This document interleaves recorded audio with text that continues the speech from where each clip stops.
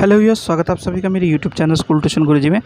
आज हम बात करेंगे कार्यपत्रक 22 की, जो कि 27 अगस्त के लिए जारी किया गया। कक्षा 10 का विज्ञान विषय कार्यपत्रक है। बच्चे अपना नाम लिखें और ये अपने कक्षा का नाम, अध्यापक का नाम लिखेंगे। बच्चों, हमारा पाठ चल रहा है अम्ल, क्षारक और लवण, और आज उसमें हम पढ़ेंगे पीएच स्केल के बारे में।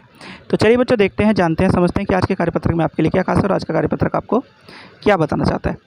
तो बच्चों, जब हम बात करते हैं पीएच स्केल की, तो ये एक तरह का स्केल ही है। अगर साधारण भाषा में समझा जाए तो ये तो एक तरह का स्केल ही है, जिससे हम अम्ल और क्षारक की शक्ति यानी H+ आयन और OH- आयन की संख्याओं पर निर्भर करते हुए हम ये बताते हैं कि कौन सी चीज़ कितने शक्तिवान है, या कोई क्या अम्ल है, कोई क्षारक है, किस चीज़ के बारे में है, उसके बारे में प्रबलता या दुर्बलता के बारे में भी बता सकते हैं। यानी कि अम्ल और क्षारक के अलावा उसकी प्रबलता या दुर्बलता के बारे में बता सकते हैं। अब किसी विलयन में H+ आयन की सांद्रता ज्ञात करने के लिए पैमाना विकसित किया गया था, उसे ही पीएच स्केल के नाम से जाना जाता है बच्चों।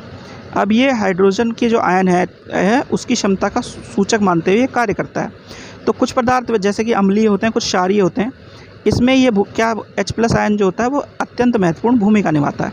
अच्छा, अब इसमें एक वैल्यू आती है pH, जिसमें 7 होता है। तो जब pH 7 होता है तो ये मान क्या होता है, pH स्केल पर 7 से कम मान पे अम्लीय और 7 से ऊपर का मान क्या होता है, क्षारकीय होता है, और 7 उदासीन होता है बच्चों। देखिए नीचे लिखा भी है, pH का मान 7 से 14 तक बढ़ता है, वह OH- आयन की सांद्रता में वृद्धि को दर्शाता है, और अर्थात क्षारक की शक्ति में वृद्धि करता है। तो ये कुछ उदाहरण दिए हुए हैं बच्चों, जैसे कि जटर रस, नींबू का रस, milk of magnesia, sodium hydroxide. ठीक है, ये सारे के सारे इधर की साइड में क्षारक और 7 से इधर अम्ल। जितना हम इधर की साइड में बढ़ते जाएंगे तो ये अम्लता का वो क्या होता जाएगा, बढ़ता जाएगा, और इधर की साइड में क्षारकता बढ़ती जाएगी। और जो शुद्ध जल है वो क्या है, वो है आपका उदासीन एकदम, जिसे हम अंग्रेजी में न्यूट्रल कहते हैं बच्चों। अब बात आती है दैनिक जीवन में हमारे पीएच के महत्व की। तो दैनिक जीवन में हम पीएच बड़ा ही महत्वपूर्ण होता है हमारा। जैसे कि पौधों, जानवरों के लिए पीएच परिवर्तन की सीमा एक सीमित सीमा तक ही जीवित रह सकते हैं। अगर इससे ज़्यादा या कम की रेंज में लिखा जाए तो ये नुकसान देते हैं। जैसे कि आमतौर पर जानवर और इंसान के शरीर से 7 से 7.5 की पीएच रेंज में काम करने की क्षमता होती है। अब वर्षा जल का जो पीएच मान होता है वो 5.6 से कम हो तो अम्लीय वर्षा हो जाती है, और अम्लीय वर्षा नदी या झीलों के जल स्रोत में मिलती है तो पानी का पीएच का मान कम हो जाता है। इससे जलीय जीवों को नुकसान हो सकता है बच्चों।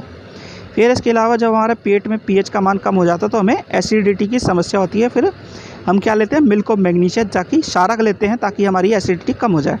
अब ऐसे ही जब हमारे मुंह में का पीएच का मान कम हो जाता है तो हमारे दांत सड़ने लग जाते हैं। यानी कि जब हमारे खाने के टुकड़े कुछ लगे रह जाते हैं हमारे दांतों में और सड़न पैदा करने लगते हैं, तो वो क्या होते हैं, वो अम्ल बना लेते हैं, और वो अम्ल हमारे दांतों को ख़राब करते हैं। तो उसके लिए भी ऐसा होता है। फिर है मिट्टी के पीएच के मान में परिवर्तन के कारण मिट्टी जब बंजर हो सकती है, उसमें क्या हो सकता है, उसमें जो चीज़ें उगती हैं वो उगना बंद हो सकती हैं बच्चों। ये तो बात हुई जरा पीएच स्केल की बच्चों। अब जरा प्रश्नोत्तर देख लेते हैं। तो सबसे पहला प्रश्न है आपका कि आपके पास ए और बी दो विलयन हैं। ए का pH 6 है और विलयन बी का pH 8 है। इन दोनों में से किस विलयन की H आयन की सांद्रता अधिक होगी? तो बच्चों, आपको पता है कि जिसका मान pH का मान कम होगा उसकी H+ आयन की सांद्रता सबसे अधिक होगी जितना कम होगा, यानी कि 7 से जितना नीचे होगा। तो यहाँ पे 7 से नीचे किसका है बच्चों, ए का। तो इसका उत्तर है ए। फिर है ऊपर दिए गए प्रश्न में किस विलयन की प्रकृति अम्लीय है और किसकी क्षारीय है? तो बच्चों, इसमें ए की प्रकृति अम्लीय है और बी की क्षारीय है, क्योंकि ए का मान 6 है और बी का मान 7 के बाद यानी कि 8 है। 7 से ज़्यादा यानी कि 8 है बच्चों। चलिए अगला देखते हैं बच्चों। अगला प्रश्न है, ताज़े दूध का pH 6 है, इसके दही बन जाने से इसके pH में किस प्रकार परिवर्तन आएगा? तो ताज़े दूध का तो जो है कैसा है बच्चों, 6 है, यानी कि ये हल्का अम्लीय है। लेकिन जब ये दही बनता है तो इसका मान लगभग 4.5 से 5.5 के आसपास तक, लगभग इतने के आसपास आ जाता है। यानी कि जब दही बन जाता है इतने के आसपास आ जाता है तो ये थोड़ा और ज़्यादा अच्छा अम्लीय प्रवृत्ति का हो जाता है दही, क्योंकि खट्टा भी हमें लगता है वो। ठीक है बच्चों, तो ये क्या हो गया, ये अम्लीय हो गया और ज़्यादा पावरफुल अम्लीय हो गया बच्चों। ठीक है। फिर है प्रश्न नंबर 4, शुद्ध जल का pH 7 है, इसकी प्रकृति क्या होगी? तो इसकी प्रकृति 7 होने के कारण उदासीन होगी बच्चों, उदासीन होगी इसकी प्रवृत्ति। ठीक है बच्चों।